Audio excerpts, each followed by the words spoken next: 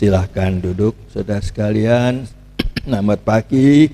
Jumpa kembali pada kesempatan pagi hari ini dengan firman Tuhan yang kita akan renungkan bersama-sama, yang terambil dari kitab Injil Yohanes pasal yang ke-20.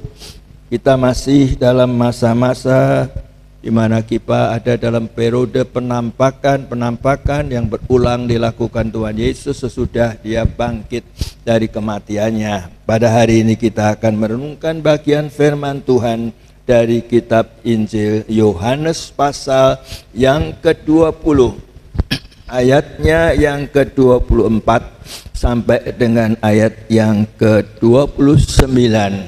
Saya bacakan ayat-ayat tersebut, bunyinya demikian. Yesus menampakkan diri kepada Thomas.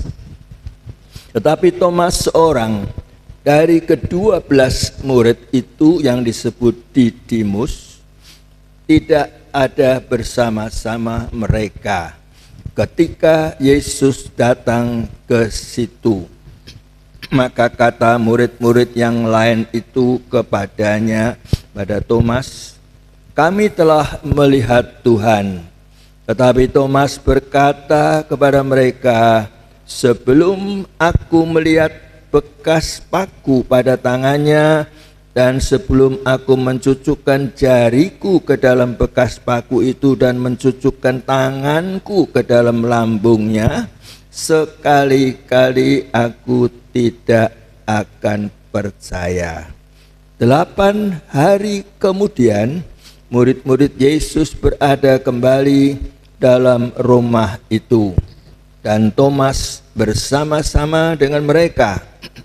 Sementara pintu-pintu terkunci, Yesus datang dan Ia berdiri di tengah-tengah mereka dan berkata, "Damai sejahtera bagi kamu." Kemudian Ia berkata kepada Thomas, "Taruhlah jarimu di sini dan lihatlah tanganku. Ulurkanlah tanganmu dan cucukkan ke dalam lambungku, dan jangan engkau tidak percaya lagi, melainkan percayalah." Thomas menjawab dia, "Ya Tuhanku dan Allahku." Kata Yesus kepadanya, "Karena engkau telah melihat aku, maka engkau percaya. Berbahagialah mereka yang tidak melihat namun percaya." Saya bacakan ayat 30. Memang masih banyak tanda lain yang dibuat Yesus di depan mata murid-muridnya yang tidak tercatat dalam kitab ini. Tetapi semua yang tercantum di sini telah dicatat supaya kamu percaya bahwa Yesuslah Mesias, Anak Allah, dan supaya kamu oleh imanmu memperoleh hidup dalam namanya. Demikianlah pembacaan kita sebagai landasan pemberitaan firman pada kesempatan pagi hari ini. Saudara sekalian, untuk tema yang saya kalimatkan bunyinya adalah kepastian mengetahui kebangkitan Kristus mengakibatkan iman Thomas untuk taat dan melayani. Demikianlah tema pada kesempatan pagi hari ini. Saudara-saudara yang kekasih di dalam Tuhan Yesus Kristus, kenyataan terbuktinya bahwa Tuhan Yesus Kristus itu bangkit, itu adalah perkara yang sangat menentukan bagi dunia dan juga bagi setiap pribadi manusia yang hidup di dunia ini. Bahkan terkadang masih perlu juga untuk mereka yang sudah tiap-tiap kali ke gereja, tiap-tiap kali sudah menyadari diri secara yakin bahwa saya adalah orang percaya. dalam kenyataannya tentu bisa berbeda dengan apa yang dipikirkan. Saudara, kebangkitan daripada Kristus adalah sesuatu yang penting, sesuatu yang sangat menentukan, bahkan menentukan iman percaya kita. Dalam surat Korintus kepada jemaat Korintus yang dituliskan oleh Paulus kepada jemaat Korintus dalam pasal yang ke-1, Korintus pasal yang ke-15 ayat 17, di sana kita mendapatkan penjelasan bahwa iman kita tidak akan sia-sia jikalau Kristus dibangkitkan. Tetapi juga dikatakan ketidaksia-siaan itu oleh karena kita tetap tinggal di dalam dosa kita. Artinya kita belum dapat kemungkinan untuk ditebus daripada segala dosa-dosa kita. Dan di dalam 1 Korintus pasal yang ke-15 yang sama tetapi di ayat yang berbeda, ayat 14, kita bisa menambahkan kesia-siaan itu bukan hanya dalam kaitan dengan perkara iman, tapi kesia-siaan itu juga dalam kaitan pemberitaan. Iman bisa sia-sia, pemberitaan bisa sia-sia. Ditentukan apakah Tuhan Yesus itu betul-betul bangkit atau tidak. Dan kenyataannya dalam sejarah dan tidak perlu dibuktikan lagi karena bisa dibuktikan benarnya, tetapi perlu waktu yang lain. Maka dengan demikian Kristus yang betul-betul bangkit membawa akibat kita tidak sia-sia sebagai orang percaya, sebagai orang-orang yang punya iman. Dan juga tidak sia-sia pemberitaan kita. Tentu pemberitaan tentang siapa? Tentang kasih daripada Kristus yang menjadi juru selamat bagi tiap manusia yang berdosa dan diampuni dan kemudian dibebaskan dari hukuman akibat dosanya dan terikat pada perjanjian dengan Allah. Perjanjian sebagai pewaris-pewaris kerajaan Allah yang akan mewarisi kerajaan surga. Saudara-saudara yang dikasihi Kristus, pada zaman di mana Thomas hidup, pada kesempatan itu juga sangat penting sekali peristiwa kebangkitan Yesus yang harus terjadi. Sebab jika tidak terjadi, bagaimanakah dengan murid-muridnya, bahkan dengan pengikut-pengikut daripada Yesus. Ketika Yesus belum naik ke surga, sementara Yesus sudah bangkit, Yesus menampakkan diri berulang-ulang kepada murid-muridnya supaya mereka diyakinkan bahwa benar-benar dia sudah bangkit dari kematian, dari kubur kosong, dan dia sudah bangkit tetapi tidak langsung meninggalkan dunia untuk kembali naik ke surga. Dia masih ingat betapa pentingnya kebangkitan itu betul-betul diketahui, bahkan dipercayai oleh para pengikut, oleh para murid-muridnya ketika nantinya dia harus berpisah sekalipun sementara pada waktu dia naik ke surga, sementara pengikut dan murid-muridnya masih tinggal di bumi untuk dapat melayani tugas panggilan yang dia bebankan dan dia percayakan kepada mereka.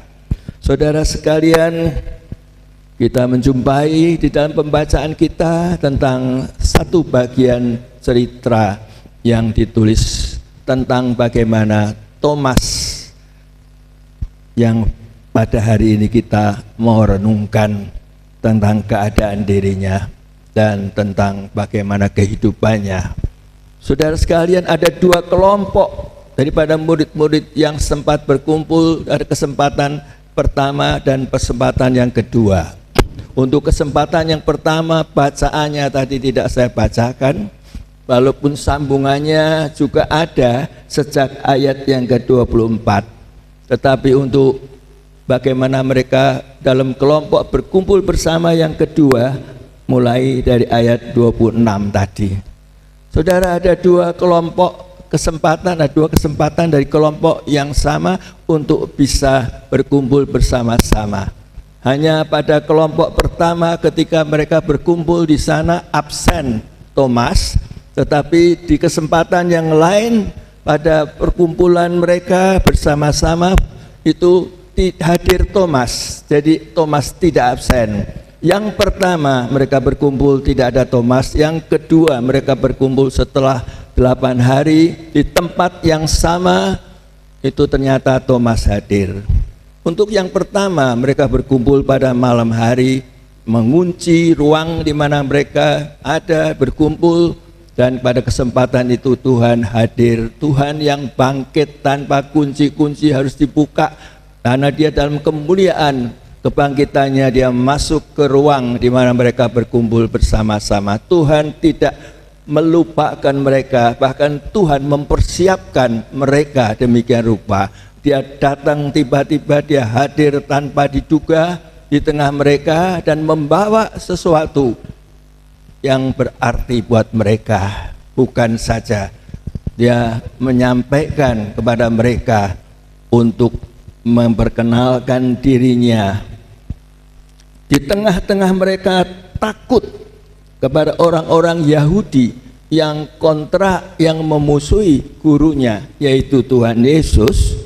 Pada kesempatan itu Yesus datang dan berada di tengah-tengah mereka dan berkata, damai sejahtera bagi kamu. Dan kemudian dia menunjukkan tangannya dan lambungnya kepada mereka dalam kaitan luka-luka paku ketika dia disalibkan. Saudara sekalian, dengan mengalami seperti itu, murid-murid yang hadir pada perkumpulan yang pertama itu ternyata mereka bersuka cita. Mereka bersuka cita ketika melihat bersuka cita ketika melihat Tuhan. Dan mereka pasti mempunyai pikiran, ini Tuhan sudah mati dikubur, tetapi Tuhan muncul. Ini berarti Tuhan adalah Tuhan yang hidup dan bangkit, karena bergerak di hadapan mereka, bahkan bisa berbicara di tengah mereka, damai sejahtera bagi kamu. Dia menunjukkan segala tangannya, lambungnya, yang semua bekas dari paku dan tombak, ya. Nah, Yesus berkata lebih lanjut lagi sekali, damai sejahtera bagi kamu. Lalu dia meneruskan betapa dia memberikan tugas kepada mereka, mengutus mereka. Dia juga mengembusi mereka dengan mengatakan, terimalah Roh Kudus. Ini adalah Roh Kudus yang membarui kehidupan mereka, untuk mereka dipersiapkan dalam suatu keadaan, untuk mereka diperbarui kehidupan mereka. Dan kemudian mereka mendengar, jika kamu mengampuni dosa orang, dosanya diampuni. Jikalau kamu menyatakan dosa orang, tetap ada, dosanya tetap ada. Luar biasa kepercayaan dari Tuhan terhadap mereka. Saudara sekalian, itulah kesempatan yang pertama di mana mereka, murid-murid Yesus, berkumpul dengan tanpa ada si Thomas. Oleh karena kita bisa katakan, kalau Thomas tidak ada dan kemudian ada hadir dalam suatu kesempatan yang kedua bersama mereka semua, pasti kita bisa menyimpulkan bahwa Thomas sebenarnya tidak mengalami pada waktu yang sama untuk pertama kali. Itu aja perbedaannya, karena dia pada kesempatan kedua di ruang yang sama bersama mereka hadir, dia mengalami sama seperti mereka, melihat kedatangan Yesus, dan kemudian Yesus memberi kesempatan untuk bisa mencucukkan jari dan juga memasukkan tangan ke lambung daripada Tuhan Yesus. Tetapi tidak dicatat apakah itu dipenuhi oleh Thomas, tetapi jelas pasti dia melihat Yesus dan dia percaya. Kalau dulunya dia mendapatkan berita sebelumnya, hadir di dalam acara yang kedua berkumpul bersama itu, sempat mendengar berita saja daripada para murid-murid yang lain, teman-temannya sendiri, bahwa mereka sudah melihat Yesus bangkit, Thomas tidak segera percaya, bahkan menolak.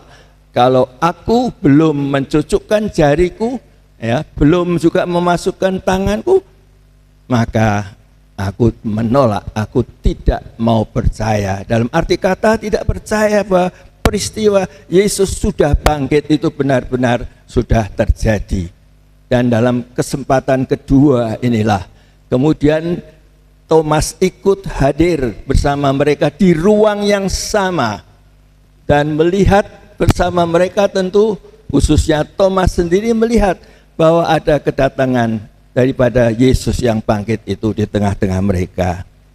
Dan Yesus penuh dengan perhatian, mempedulikan orang-orang seperti pribadi Thomas yang masih terbuka untuk mau percaya jika ada bukti nyata. Dan ini terjadi, akhirnya Tuhan Yesus yang bangkit menjawab kepada Thomas. Ia hadir, pintu terkunci, ia bangkit hadir, ia hadir dalam kebangkitannya, tetap ia berdiri tengah mereka dan berkata, damai sejahtera bagi kamu. Baru dalam pertemuan kedua itulah, hanya ketinggalan waktu, akhirnya pengalaman yang sama, oleh alasan yang sama, melihat dan percaya. Dan memberikan syarat sebelumnya ketika dapat berita saja, kalau belum bertindak mencucukkan jari. Sekarang juga Tuhan menawarkan, melihat sudah percaya, Tuhan menawarkan, karena dia meminta bukti agar supaya dia betul-betul bisa menaruh jari dan juga menaruh tangannya pada tangan Yesus dan pada lambungnya. Dan itu dipenuhi oleh Yesus yang sudah bangkit, sehingga benar-benar dituruti, dijawab oleh Tuhan akan segala bukti yang diminta oleh Thomas, dan kemudian dia akan baru percaya. Tidak cukup berita, dia tidak gampang percaya, dia tidak mau percaya asalan, dia tidak mau berbohong dan pura-pura bahwa saya percaya, padahal tidak, hanya lip service, hanya kata-kata omong-omong biasa yang kosong supaya tidak malu di hadapan orang lain. Bukan itu. Dia hati-hati, dia tidak gampangan, dia tidak asal percaya, dia cukup kritis dan dia menuntut sesuatu yang sebenarnya tidak perlu, karena yang lain-lain tidak menuntut seperti itu. Tetapi yang pertama lain dengan yang kedua. Karena yang kedua adalah Thomas yang ikut itu adalah Thomas pribadi yang hanya baru mendengar berita. Sedang rombongan yang pada rombongan pertama sudah percaya karena langsung bertemu muka dengan Yesus dan melihat dan percaya. Sedangkan Thomas belum, setelah itu cuma dengar berita. Tetapi pada kesempatan kedua, segala tuntutannya untuk percaya, minta bukti, akhirnya dalam pertemuan kedua, terutama bagi pribadi Thomas, walaupun di sana ada murid-murid teman yang lain, akhirnya dipenuhi oleh Tuhan dan dia dapat melihat, dia percaya juga sama. Hanya memang sekaligus diingatkan Tuhan, sekarang buktikan, ini loh buktinya, mana jarimu, mana tanganmu pada lambungku. Dan tidak ada catatan di situ bahwa Thomas akhirnya melakukannya. Berarti dia sudah percaya dengan cara yang sama dengan yang pertama. Tidak ada bedanya murid-murid yang lain dengan Thomas dalam memastikan imannya, percayanya tentang Yesus yang sudah bangkit, yang datang berhadapan mereka, di tengah-tengah mereka. Bedanya apa, saudara? Hanya waktunya. Bagi Thomas hanya sekali, bagi mereka 2 kali. Ada jarak waktu antara yang pertama dan kedua. Bagi Thomas masih diperhatikan, masih diberi kesempatan untuk akhirnya juga sama seperti mereka percaya benar-benar bahwa Tuhan itu sudah bangkit dan membuktikan, menampakkan diri, membuktikan bahwa dia memang sudah bangkit. Semua boleh percaya. Inilah mengapa peristiwa harus seperti itu, oleh karena kebangkitan harus dipastikan, diketahui semua murid-muridnya, diyakini semua muridnya sebagai peristiwa, sebagai fakta yang nyata terjadi secara historis sebelum Yesus berpisah walaupun sementara, meninggalkan mereka untuk naik ke sorga. Saudaraku yang kekasih di dalam Tuhan Yesus Kristus, problem yang sering dipikirkan oleh banyak orang bisa berbeda dalam mencoba untuk meneliti bagaimanakah sebenarnya halnya dengan Thomas itu yang pada kesempatan pertama tidak hadir. Ada apa dengan Thomas ini? Kenapa tidak hadir pada kesempatan yang pertama, yang lain hadir?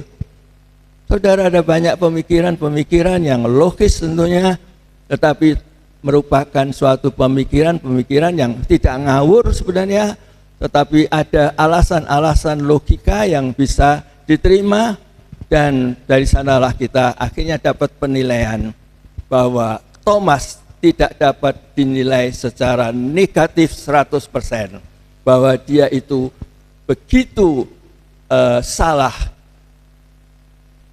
sisi bahwa dia salah itu tidak perlu dibesar-besarkan, tanpa melihat juga sisi yang benar dalam menyikapi kehidupannya. Karena dunia ini seringkali memandang begitu dengar tentang peristiwa Thomas yang tidak hadir, dan kemudian hadir dan juga percaya, mereka secara pandangan yang negatif terhadap Thomas. Dan itu terjadi tiap-tiap kali. Ada kebanyakan orang percaya yang begitu, mengikuti pandangan-pandangan yang sudah merajalela, yang sangat masif itu di dalam dunia ini. Karena mereka hanya melihat tidak mendalam, mereka hanya seolah cenderung untuk menghakimi, cenderung untuk menilai secara instan. Dia tidak hadir, mengapa? Pasti negatif. Mungkin ada sisi negatifnya, di tengah dia punya sikap atau dalam dia menyikapi kenapa dia tidak bersama dengan yang lain. Dengan pengertian tentu berarti itu sadar dia tidak hadir dengan yang lain, kalau kita lihat dari kacamata seperti itu. Namun saudara, mari kita simak baik-baik kenapa Thomas tidak hadir untuk bagaimana mereka berkumpul pertama kalinya, ketika mereka berkumpul bersama pertama kalinya.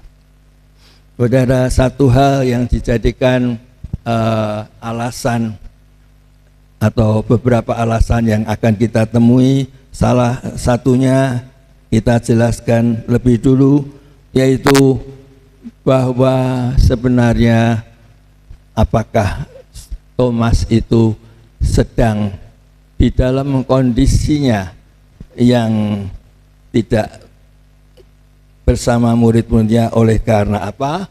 Oleh karena dia merasa tidak perlu untuk hadir. Saudara, kita lihat pemikiran sekitar kita, mungkin ada yang memikirkan mengenai perbedaan waktu. Tetapi perbedaan waktu apakah harus terlalu dijadikan masalah? Setiap orang yang percaya mengenal waktu sendiri untuk percaya. Si A percaya pada jam sekian, tanggal sekian, hari ini, tahun ini. Si B percaya pada tahun mendatang, jam ini, hari ini, dan seterusnya. Perbedaan kapan orang memutuskan imannya untuk percaya itu bisa saja berbeda. Sedangkan kalau Thomas dipikirkan dari sudut waktu yang berbeda, tentunya tidak perlu dipermasalahkan terlalu jauh, karena itu perkara yang sudah biasa terjadi, dan bisa saja orang percaya berbeda waktu satu pada lain dalam memutuskan percayanya. Yang kita perlu perhatikan adalah bahwa memang beda waktu.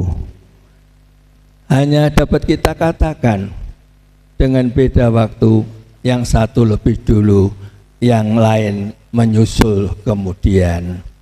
Tidak ada sesuatu yang terlalu dipermasalahkan jika kesempatan, kemurahan hati daripada Tuhan untuk memberikan kesempatan memutuskan di rombongan kumpul kedua bagi Thomas, itu adalah Tuhan masih mentolerir dan memberikan kesempatan yang sama kepada Thomas untuk bisa percaya tentang Dia yang sudah bangkit itu.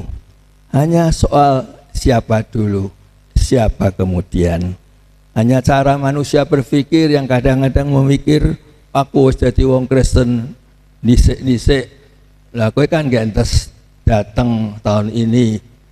Ya memang beda waktu, tetapi haruskah dipermasalahkan kalau waktu berbeda, orang yang berbeda, akhirnya sampai kepada iman percayanya yang sama yang direncanakan Tuhan.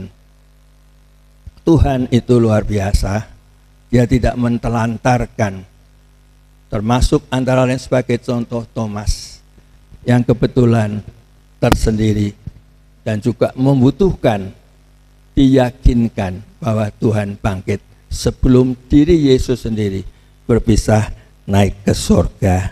Saudaraku yang kekasih di dalam Tuhan Yesus, kalau ternyata pada kesempatan berkumpul setelah 8 hari lewat itu Thomas hadir di sana, itu adalah sesuatu yang menunjukkan bagi Tuhan sendiri tidak terlalu mempermasalahkan perbedaan waktu untuk dipermasalahkan.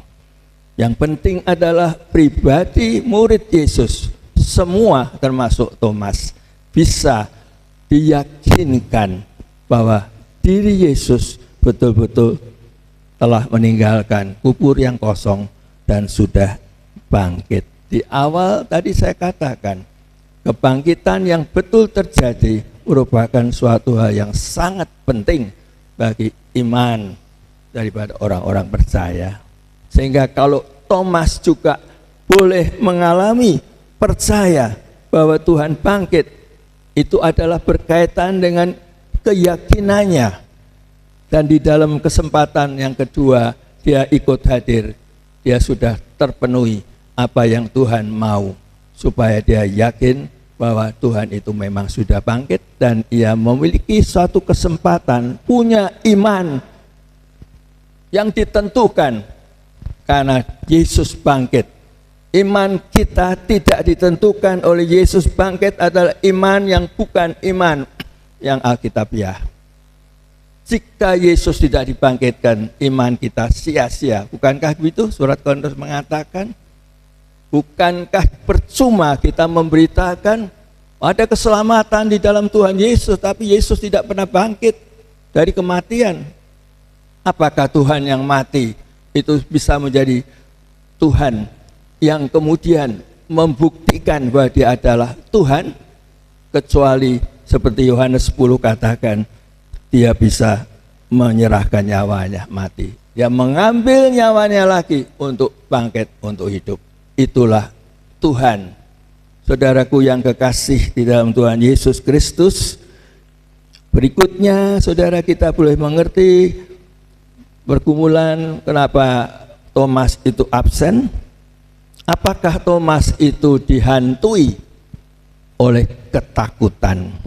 Pada waktu itu sekitar mereka dan tertuju terutama kepada pemimpin, yaitu Tuhan Yesus, orang-orang Yahudi yang kontra terhadap Yesus, yang tidak bisa menerima Yesus, yang selalu mencari gara-gara, mencari kesalahan Yesus, berusaha untuk menganiaya, berusaha untuk menolak kebenaran Yesus yang hadir itu.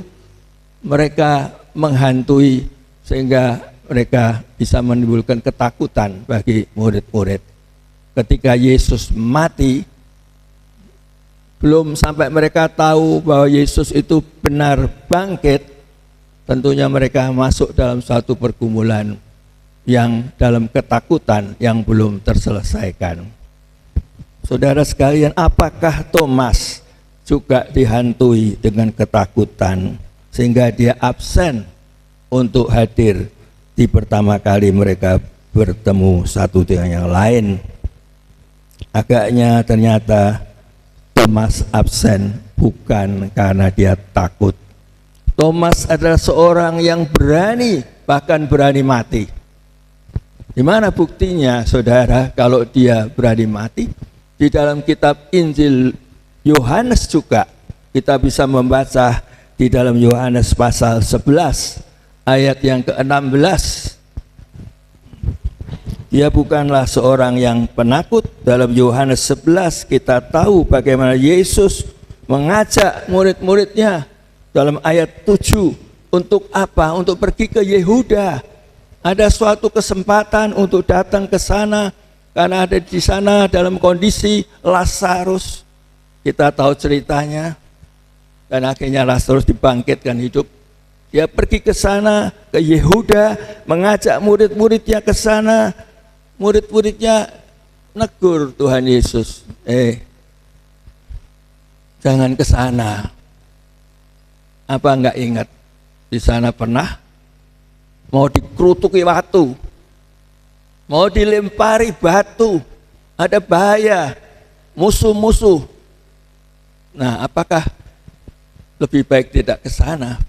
Tetapi ketika pada waktunya setelah Yesus memutuskan tetap ke sana, lalu waktu mau berangkat, Thomas berkata, mari kita ikut saja dengan Tuhan Yesus. Kalau kita harus mati, kita mati bersama-sama dengan dia. Nah, inilah keberanian daripada Thomas. Sementara murid-murid yang lain tidak senada dengan Thomas. Thomas punya nada sendiri. Tidak apa-apa, kita mati bersama dia. Dan ternyata berangkat akhirnya.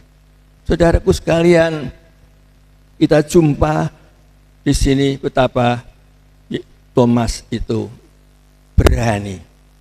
Dia punya courage, dia punya keberanian, dan dia tidak takut sehingga dia absen untuk hadir dalam kesempatan bertemu pertama di ruang yang tertutup tadi. Saudara sekalian, marilah kita pergi juga untuk mati bersama-sama dengan dia, bersama dengan Yesus, kata Thomas. Ini ada loyalitas, kesetiaan murid terhadap gurunya, terhadap yang kita tahu dia adalah Tuhan. Ini adalah kesetiaan daripada Thomas. Dia siap berisiko, mati pun boleh. Jadi kita tahu apakah dia absen karena takut? Tentu tidak.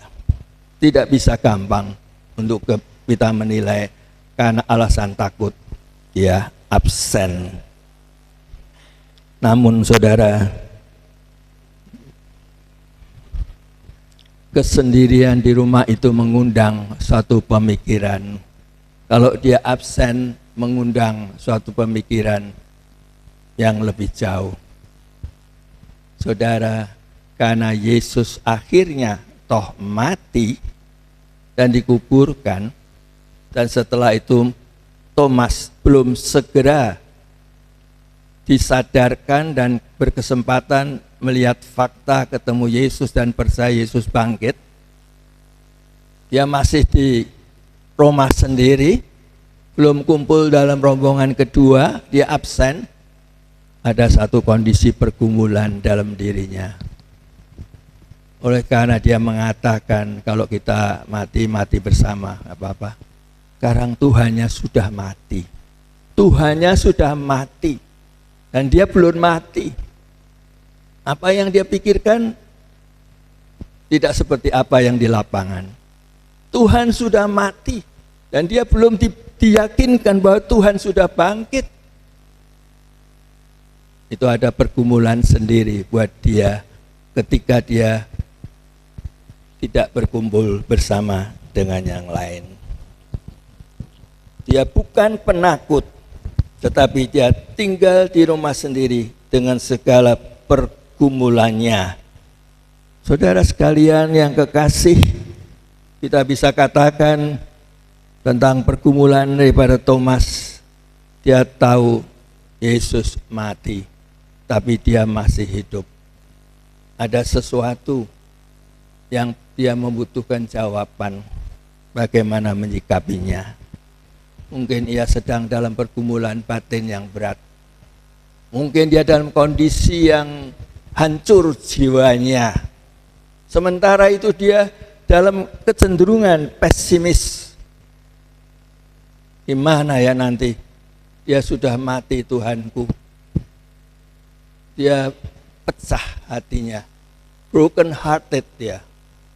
Nah, namun courage-nya, keberaniannya tetap tinggal tentu di dalam dirinya. Tetap berani, tidak hilang. Tetapi pergumulan berat sampai dia hatinya hancur karena Tuhan mati, kok aku masih hidup. Lalu bagaimana kelanjutan Tuhan, masih tanda tanya. Bagaimana aku melangkah ke depan, masih tanda tanya. Mungkin dia dipengaruhi juga pesimistis. Untuk bisa lebih berharap secara jelas dan penuh, dia tetap tinggal absen dan tidak ikut dalam perjumpaan, perkumpulan kelompok pertama kali. Saudara sekalian, bisa dengan kondisi seperti itu, dia adalah orang yang menghadapi persoalan dan dia ingin memecahkan sendiri, mandiri, tidak mau menyusahkan orang lain, tidak mau bergantung pada orang. Setiap susah yang aku hadapi sendiri. Aku mau atasi sendiri.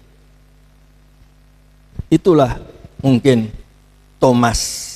Aku menderita, aku susah, biarkan aku sendiri menghadapi, menjalani sendiri, merasakan sendiri.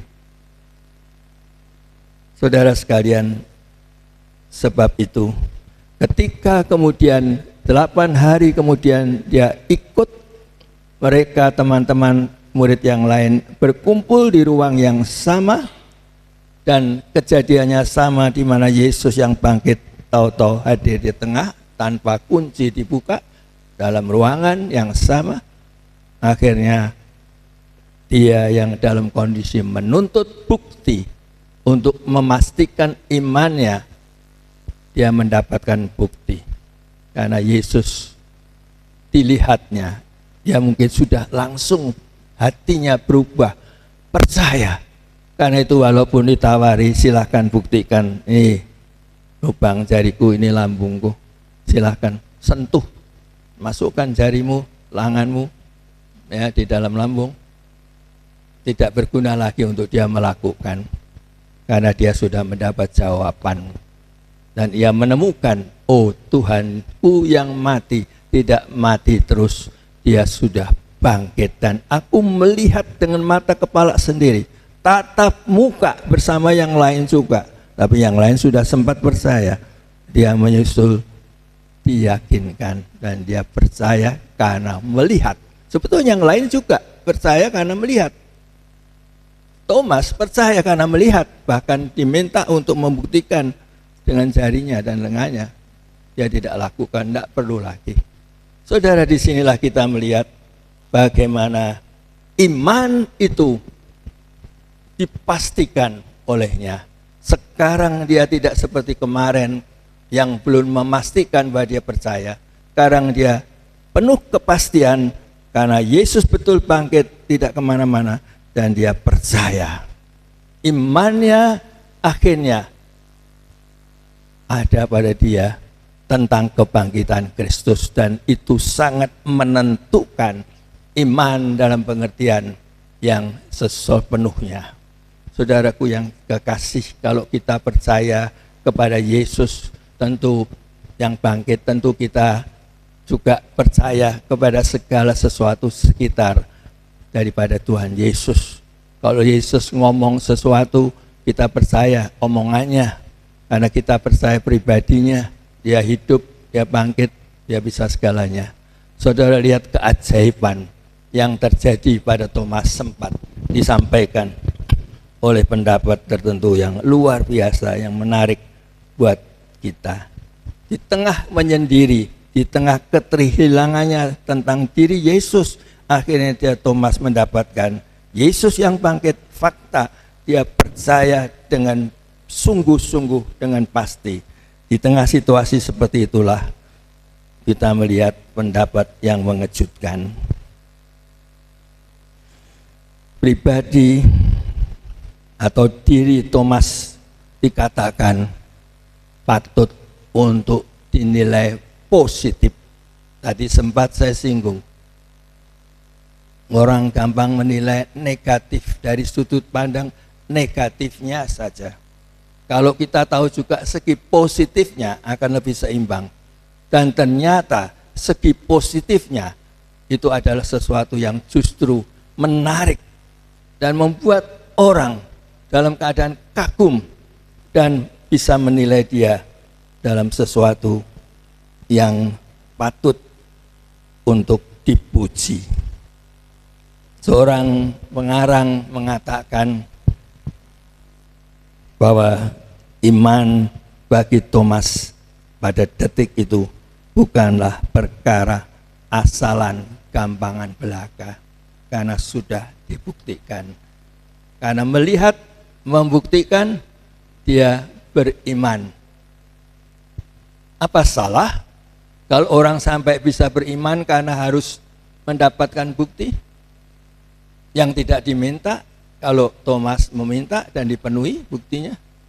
Tentu tidak.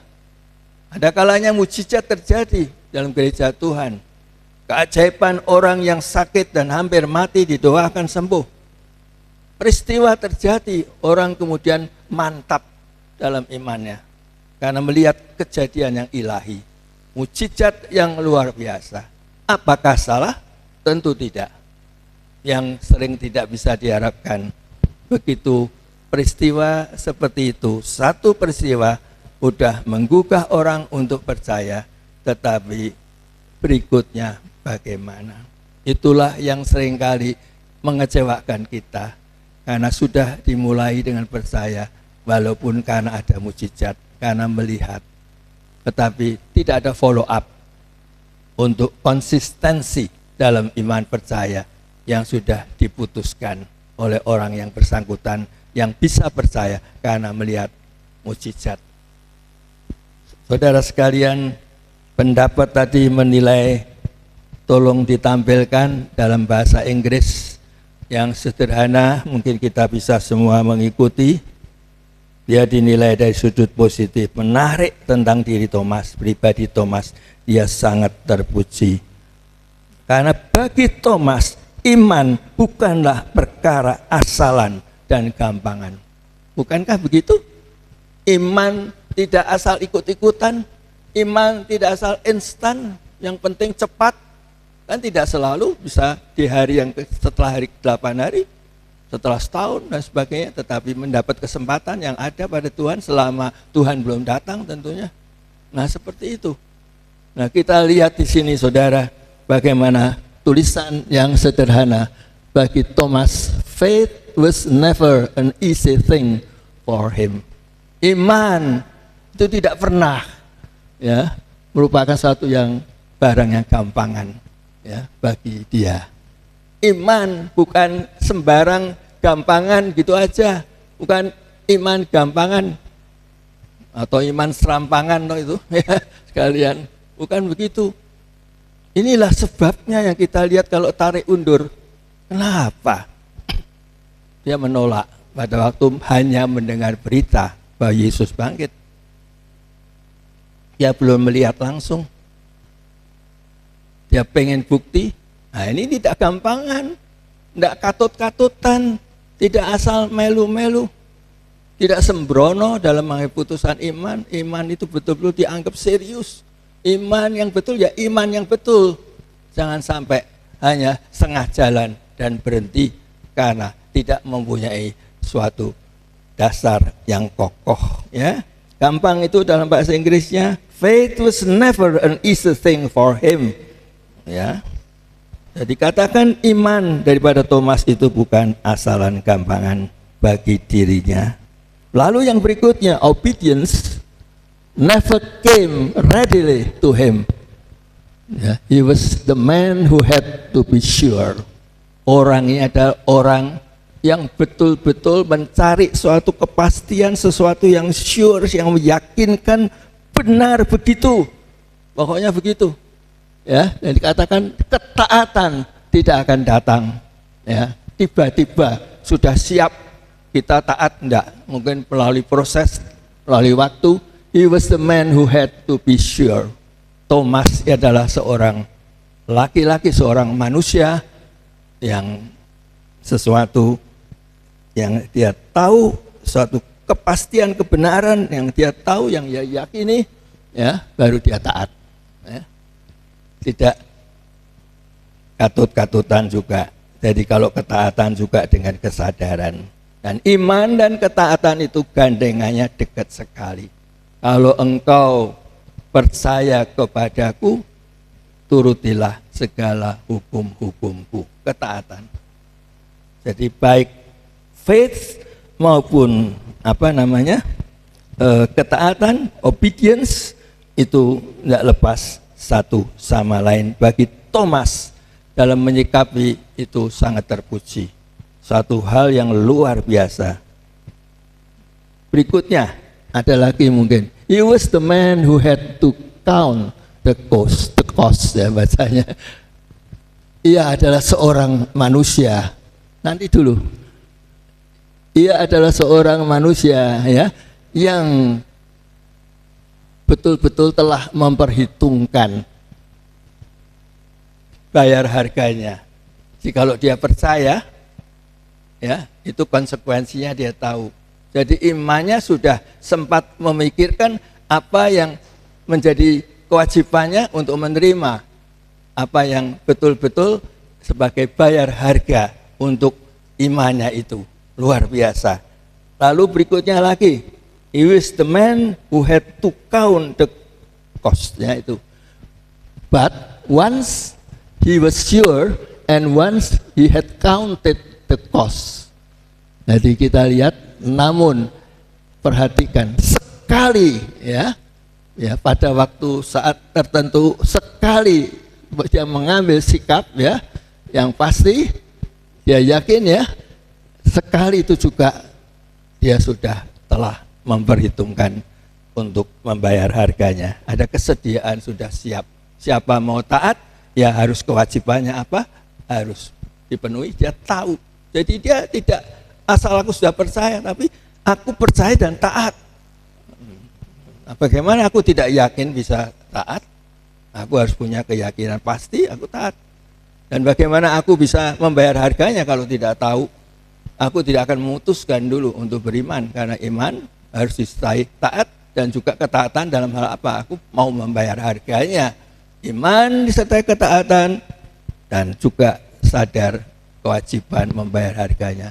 Bolos ora lunga gereja, ora bayar hargane iman. Disuruh memberi kolekte, tidak memberi walaupun ada. Disuruh berdoa, tidak doa.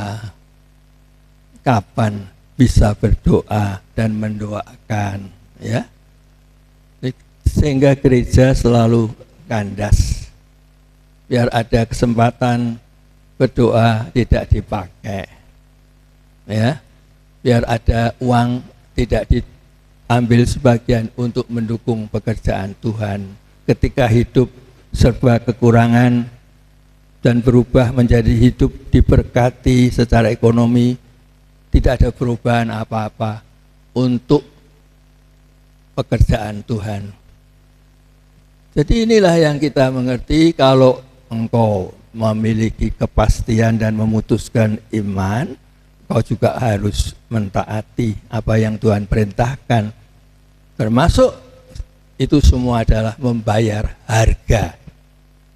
Orang percaya harus membayar harga. Jalan keluar dari gereja, banyak orang melihat, kalau dulu ya, sekarang mungkin pakai HP. bawa Alkitab, isin itu loh, wong aku ki wong gereja. Ya jangan gitu ya, harus menjadi kesaksian. Kamu sok ke gereja situ ya? Iya, bilang iya. Loh, kita duga ini mungkin mau ngece ya toh, padahal enggak. Kamu suka gereja?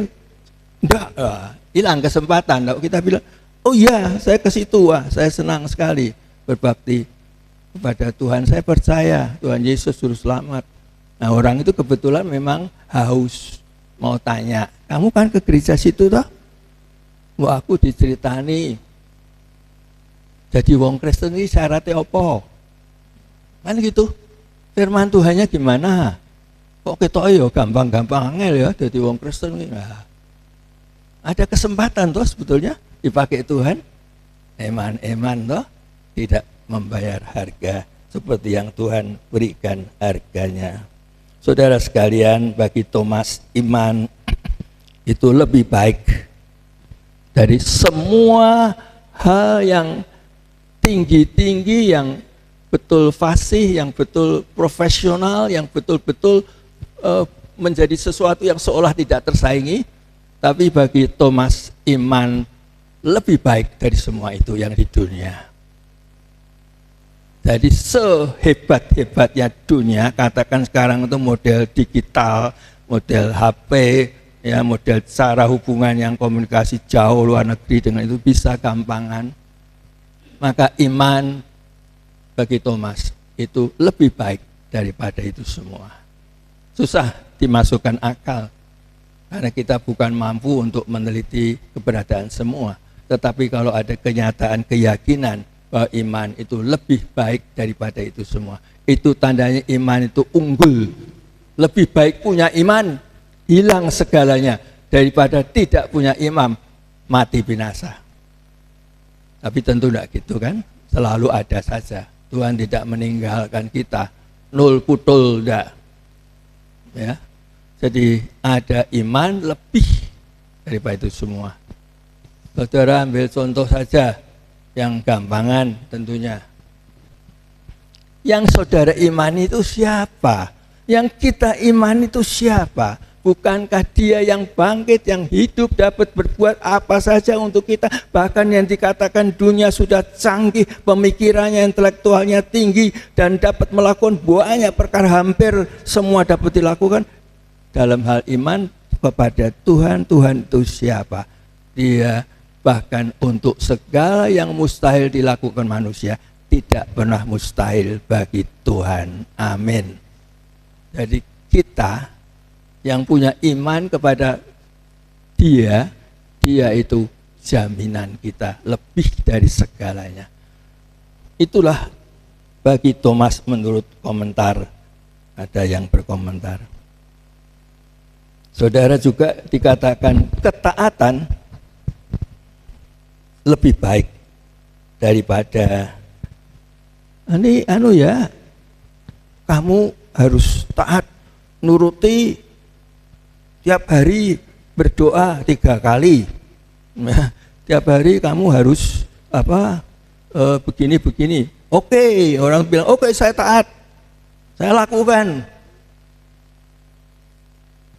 namun tidak tahu soal kosnya.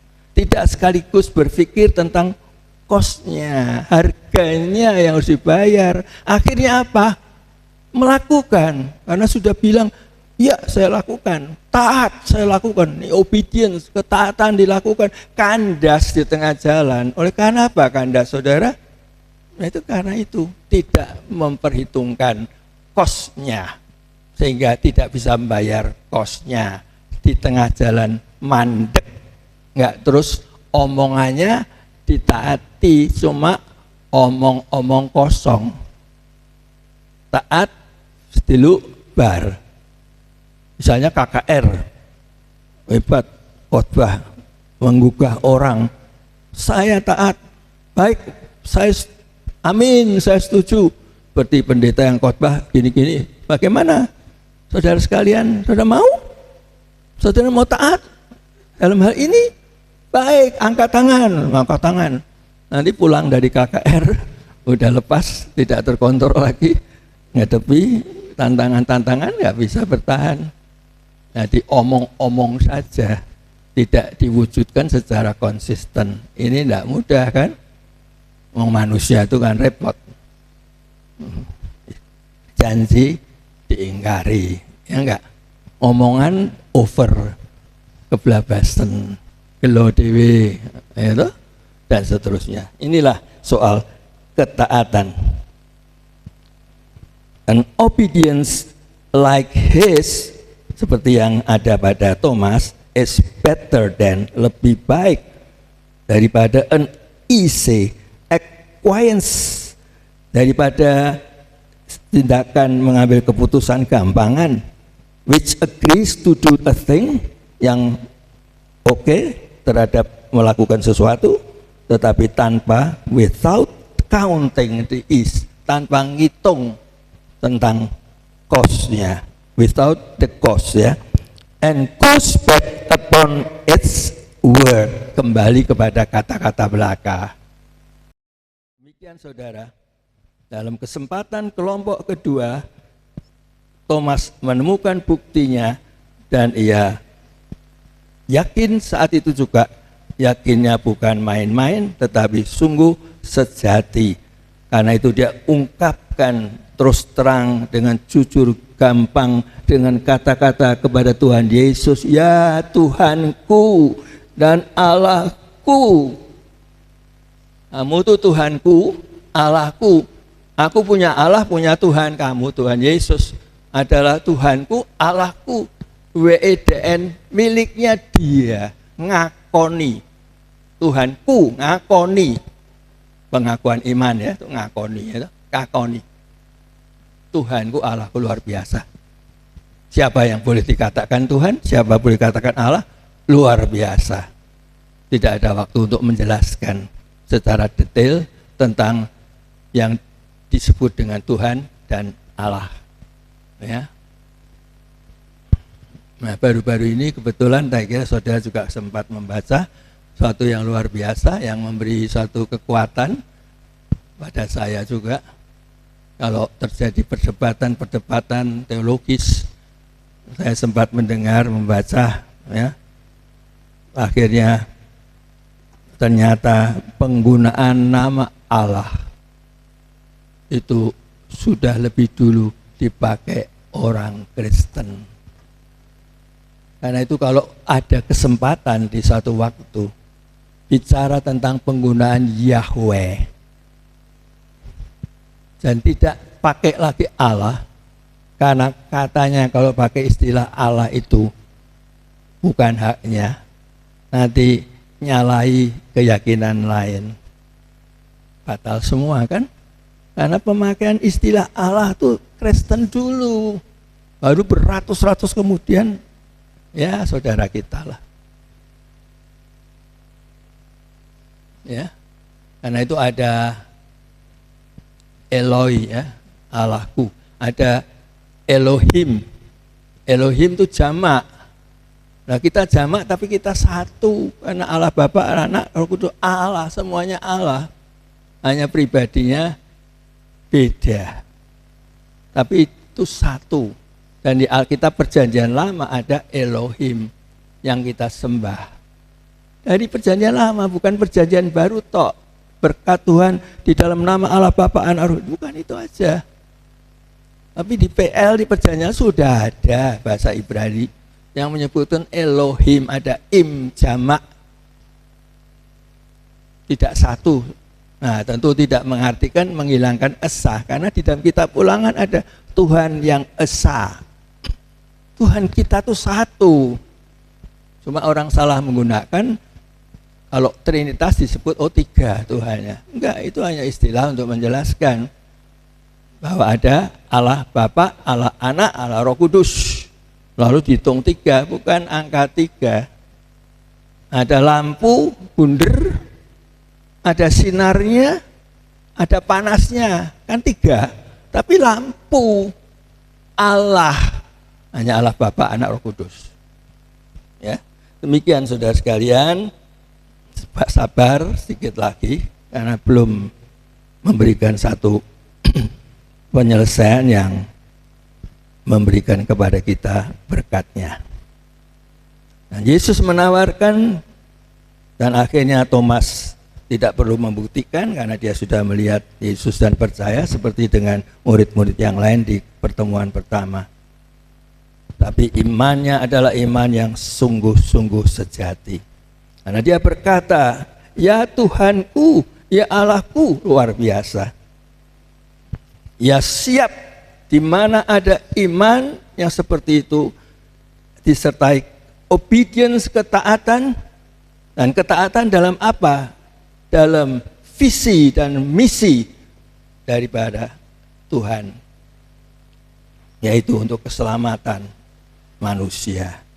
Orang yang sudah seperti Thomas mempunyai iman yang sudah pasti didasari atas kenyataan benar kebangkitan Yesus sudah terjadi, imannya kokoh dan kuat, dan berpijak kepada iman itu, dia mau untuk terdorong dengan lebih mudah untuk taat. Dan taat dalam hal apa? Termasuk memberitakan Injil, termasuk kesaksian hidup yang menjadi berkat dan sebagainya.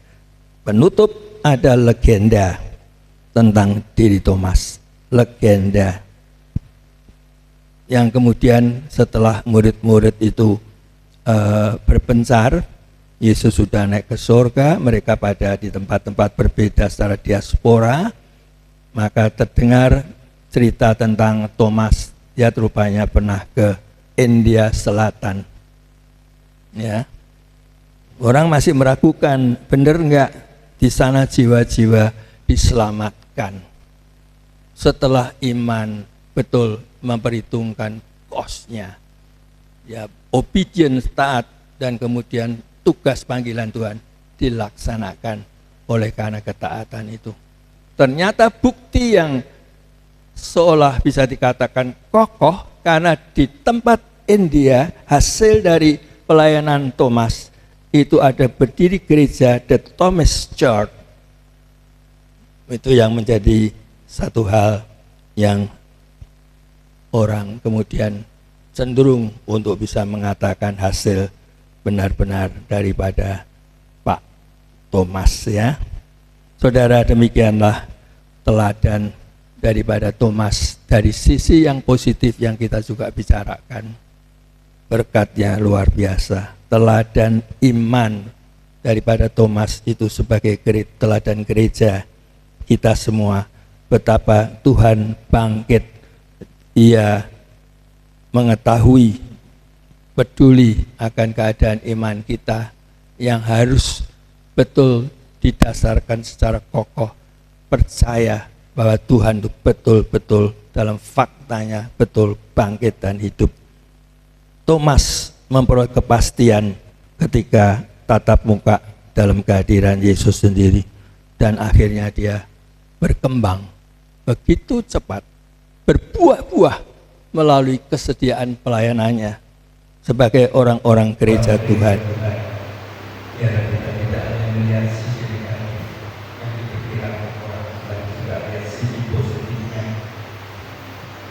Kita tahu bahwa sebenarnya Yesus mengatakan kepada kita, biarlah kita jangan, terutama untuk kita sama sekali, biar kita tidak melihat, tetapi kita berbahagia dan kita percaya. Apa yang dilakukan Thomas? Contoh cara lain bisa mengakutiskan dalam konteks zamannya dia hidup dengan segala situasi yang terjadi. Dalam konteks kita yang hidup pada masa ini, ketika Tuhan tidak akan lagi menunjukkan kebangkitannya sudah menyaksikan kita dia bangkit, tapi kita menyaksikan firman Allah yang kita baca, yang kita percayai yang kebenarannya, firman Allah yang harus membuat kita berbahagia karena kita dapat percaya walaupun tidak